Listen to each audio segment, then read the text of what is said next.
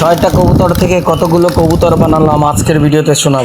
আসসালামু আলাইকুম। দেশ এবং দেশের বাইরে থেকে যেখান থেকে আমাদের ভিডিওটা দেখছেন সবাইকে আন্তরিক শুভেচ্ছা, অভিনন্দন। আজকে আপনাদের সাথে একটা জিনিস শেয়ার করব।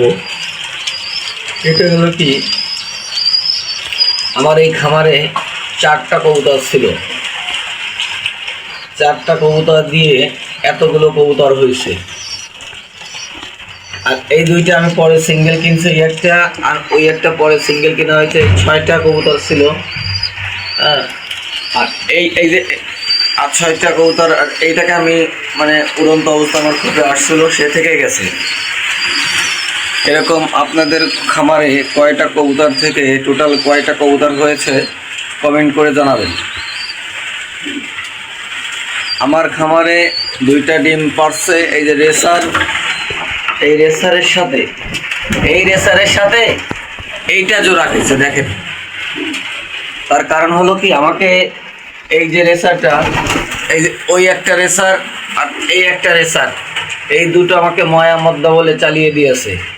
আমি তখন নতুন কিছু বুঝি না, কিন্তু আসলে এইটা দুটাই মায়া কবুতর। তারপরে দেখা গেল যে কিছুদিন পরে এরা নিজেরাই আলাদা আলাদা হয়ে গেল। আলাদা আলাদা হওয়ার পরে এর সাথে এইটার সাথে এইটা জোড় নিয়েছে, আর ইনশাল্লাহ ডিমও পেরে দিয়েছে। যদি মানে বাচ্চা হয় ইনশাল্লাহ আপনাদের কাছে ভিডিও শেয়ার করব। আর এই যে 2টা কবুতর আছে, এই 2টা যদি বাচ্চা এখনো বাড়াবাড়ি না করে বেঁচে থাকবে। আর বেশি বাড়াবাড়ি করলে এদের ইন্দুরে খেয়ে ফেলায়। কারণ কি, আমার এর আগে এরকম বড় বড় 2টা বাচ্চা, এই দেখি এরকম, এই যে এইটার পিছনে এরকম বড় বড় 2টা বাচ্চা ইন্দুরে সকালবেলা এসে দেখি যে টুকরো টুকরো করে রেখে দিয়েছে।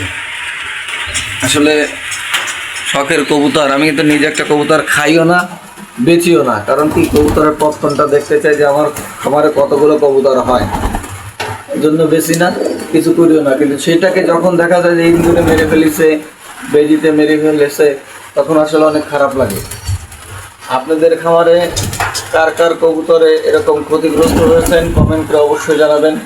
আর আমাদের এরকম নিত্য নতুন ভিডিও পেতে চ্যানেলটি সাবস্ক্রাইব করে পাশে থাকবেন। এই যে এই বাচ্চাটা দেখছেন, এরকম আরও একটা বাচ্চা আছে। এরা কিন্তু ছেড়ে দিলে, মানে এখনো যে অবস্থা, এদেরকে ছেড়ে দিলে অনেকক্ষণ ওড়ে।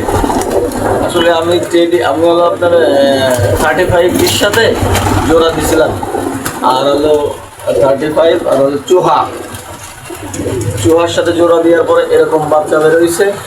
তো ইনশাল্লাহ এদের কালারও যেরকম, ওরেও সেরকম। আরও অনেক দিন আছে, সেই দিনগুলো যাক দেখা যাবে কীরকম রেজাল্ট করে, আপনাদের বিস্তারিত জানাবো। আপনারা সবাই ভালো থাকবেন, সুস্থ থাকবেন। আল্লাহ হাফেজ।